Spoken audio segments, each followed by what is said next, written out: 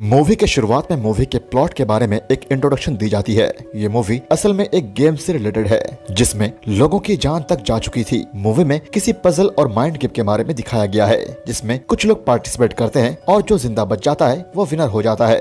फिर हम देखते हैं कि एक जोय नाम की लड़की किसी थेरेपिस्ट के पास अपनी ट्रीटमेंट करवा रही है। वो उस साइकियाट्रिस्ट गेम की सच्चाई बताती है कि उसने एक बहुत खतरनाक और अजीब गेम खेली है जिससे वो किसी तरह अपनी जान बचाकर भागी है, लेकिन उसकी बात पर वो साइकियाट्रिस्ट यकीन नहीं करती। जोय के कॉलेज का एक फ्रेंड रहता है जिसका नाम बेन था। जोय को कुछ क्लूज मिलते हैं उन लोगों के खिलाफ जिन्होंने उन सबको उस खतरनाक गेम में पार्टिसिपेट करवाया था। जोय उन्हें दुनिया के सामने लाना चाहती थी ताकि वो लोग दूसरे लोगों की जान ना ले पाए और न ही किसी को उनकी बात में आकर किसी तरह का टॉर्चर झेलना पड़े। वो लोग न्यूयॉर्क निकल पड़ते हैं उस क्लू के पीछे जो जोय को मिली थी। रास्ते में वो दोनों एक होटल में रुकते हैं। तभी बेन को ऐसा लगता है कि उस होटल को चारों तरफ से कोई तोड़ रहा है और होटल की सीलिंग नीचे की तरफ आ रही है, जिसकी वजह से वो सब डर सकते हैं। लेकिन अचानक उसकी आंखें खुल जाती है और वो समझ जाता है कि ये बस एक सपना था। उस गेम का पार्टिसिपेंट्स का दिमाग पर बहुत गहरा और बुरा असर हुआ था। न्यूयॉर्क में जोय और बेन क्लू को फॉलो करते हुए एक खाली बिल्डिंग तक पहुंच जाते हैं और वहां उन्हें कोई सबूत हाथ नहीं लगता। तभी एक चोर धोखे से जोय के नेकलेस चुराकर भागने लगता है। जोय और बेन उसका पीछा करते हैं। तभी वो चोर के पीछे भागते भागते मेट्रो के अंदर पहुंच जाते हैं और वो चोर बच निकलता है और जोय और बेन मेट्रो में आगे बढ़ने लगते हैं। मेट्रो के कंपार्टमेंट में ज्यादा लोग नहीं थे, करीब 4-5 लोग थे। कुछ दूर चलने पर जोय को अजीब सी आवाजें सुनाई देती है। जब वो उठकर मेट्रो के गिलास से देखती है तो उसे दिखता है कि उनके कंपार्टमेंट बाकी के ट्रेन से अलग हो रहा है और हैरानी की बात यह थी कि वहाँ कोई कंडक्टर या ड्राइवर नहीं था। सारे लोग घबराने लगते हैं। उनका कंपार्टमेंट ट्रेन से अलग होकर दूसरी ट्रैक पर चला जाता है और ट्रैक आगे खत्म होने वाली थी और एक बड़े धमाके के साथ उनका कंपार्टमेंट रुक जाता है। कुछ देर बाद उस कंपार्टमेंट के चारों तरफ करंट फैल जाती है। तभी वहाँ के लोगों को एहसास होता है कि माइनोस ने उन्हें फिर से ढूंढ लिया और वो फिर से किसी तरह के खतरनाक गेम में फंस चुके हैं। कंपार्टमेंट के बाकी लोग भी पहले माइनोस के लिए गेम खेल चुके थे। माइनोस उस ऑर्गेनाइजेशन का नाम था जो गेम्स कंडक्ट कराती थे, लेकिन उन्होंने अपनी आइडेंटिटी सबसे छुपा रखी थी। उन लोगों में से एक लड़का मेट्रो कंपार्टमेंट में लगे कैमरे की तरफ देखकर मदद मांगता है कि शायद कोई उसे देख ले और बचा ले। वो सारे लोग फिर से उस गेम में नहीं फंसना चाहते थे। कंपार्टमेंट में चारों तरफ से लॉक था और बाहर जाने का कोई रास्ता नहीं था। तभी मेट्रो के रेडियो से आवाज आती है कि यात्री अपने किसी भी अनजाने सामान को देखे तो उसकी जानकारी नजदीकी एमटीए को दे। ये अनाउंसमेंट बिल्कुल नॉर्मल थी, जैसे कि नॉर्मल मेट्रो में हुआ करती है, लेकिन असल में इसी में उनका बाहर निकलने का क्लू था। तभी उसमें से एक लड़की सबको हिम्मत देती है कि हमें बस गेम सॉल्व करना है और हम बाहर निकल पाएंगे, क्योंकि हम ऐसा पहले भी कर चुके हैं और हमारी जान बच गई थी। तभी उन्हें एक बैग मिलता है जिसमें एक मेटल का हैंडल था, लेकिन वो मेटल का हैंडल किसी दरवाजे पर नहीं चेक कर सकते थे क्योंकि चारों तरफ करंट फैला हुआ था। तभी एक लड़की को मेट्रो के फ्लोर में कुछ ग्लास का रास्ता दिखता है, लेकिन वो पूरी तरह से सील्ड था। तभी उनमें से एक आदमी जिसका नाम थियो था वो क्लू पे ध्यान देता है और उसे आइडिया मिल जाता है कि उन्हें कंडक्टर वाले रूम में जाना है। वो हैंडल असल में वही दरवाजा खोलने के लिए था, लेकिन दरवाजा और हैंडल दोनों ही मेटल के थे। तो वो उस बैग में से लेदर निकालकर हैंडल के ऊपर लपेटकर दरवाजा खोलते हैं।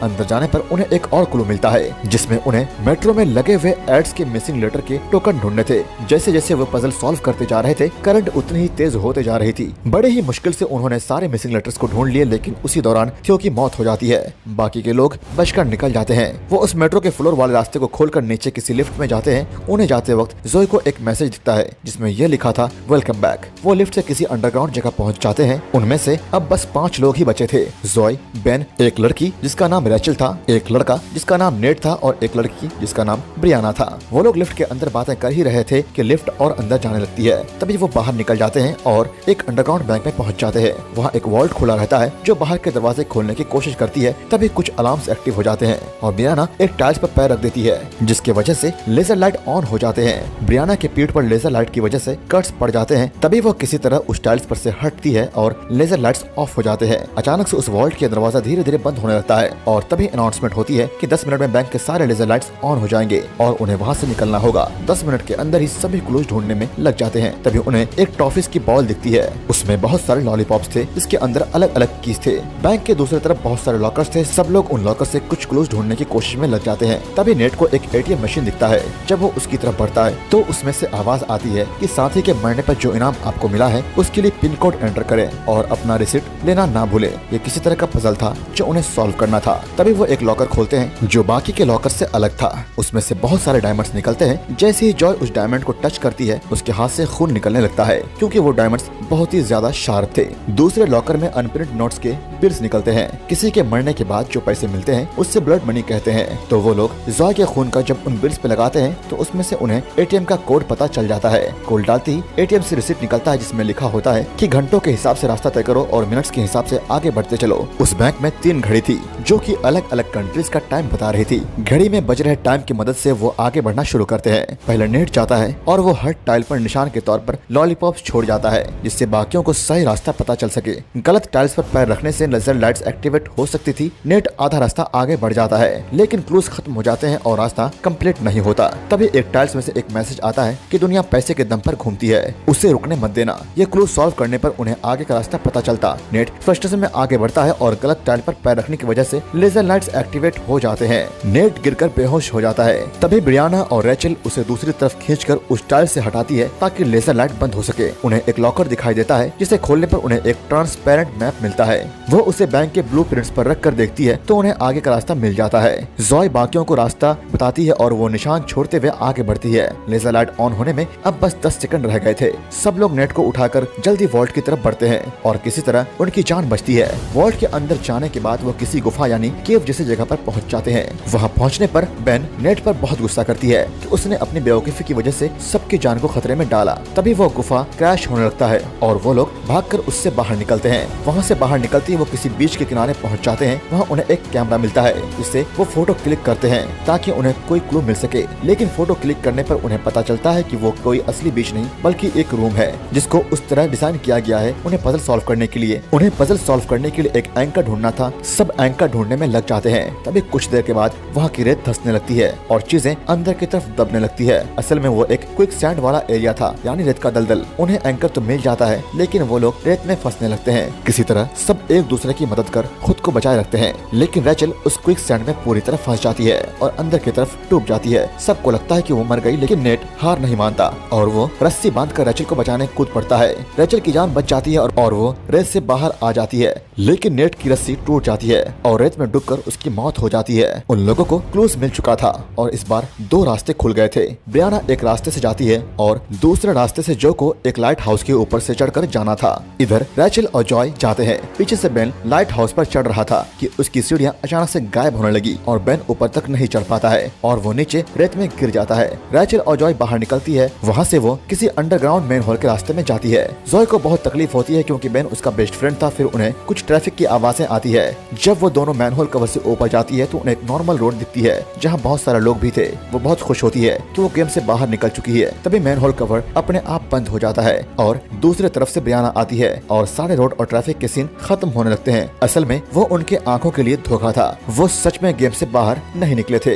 ब्रियाना के बदन पर बहुत सारे जख्म थे। वह उससे बताती है कि यहाँ हर 1 मिनट पे एसिड की बारिश होती है और उसकी छींटे की वजह से उसे ये जख्म हुए हैं। वह किसी तरह एक दुकान की चाबी ढूंढकर उसके शेड के नीचे खड़ी हो जाती है और बारिश से बच जाती है। तभी उन्हें गेम में आगे बढ़ने का दूसरा पजल मिलता है। वहाँ पजल सॉल्व करने के बाद जॉय एक टैक्सी के अंदर जाती है। अंदर जाने के बाद टैक्सी का दरवाजा चारों तरफ से लॉक हो जाता है और ब्रियाना और रेचल बाहर ही रह जाते हैं। बहुत कोशिश करने के बाद भी वो टैक्सी का दरवाजा नहीं खोल पाते और एसिड की बारिश होती है और ब्रियाना और रेचल की मौत हो जाती है। जॉय टैक्सी के सीट से गिरकर एक कमरे के बेड पर पहुंच जाती है। वो एक बच्चे का कमरा था। वहाँ पजल थे जिसमें सोनिया लिखा था। उस लड़की के नाम से बैंक और बीच में भी क्लूज थे। वहाँ जॉय को एक डायरी मिलती है जो कि सोनिया की डायरी थी। वह उसे पढ़ती है जिसमें लिखा था कि सोनिया अपनी मॉम के साथ कहां-कहां घूमने गई थी। ठीक उसी सीरीज में ही इनके गेम्स में जगह चेंज हुई थी। तभी वहाँ एक औरत आती है जो कि पहले वाले गेम में जॉय और बेन के साथ थी लेकिन जॉय को यह यकीन था कि वो मर चुकी है। अमांडा को माइनोस ने भेजा था जॉय के पास क्योंकि वो चाहते थे कि उनका अगला गेम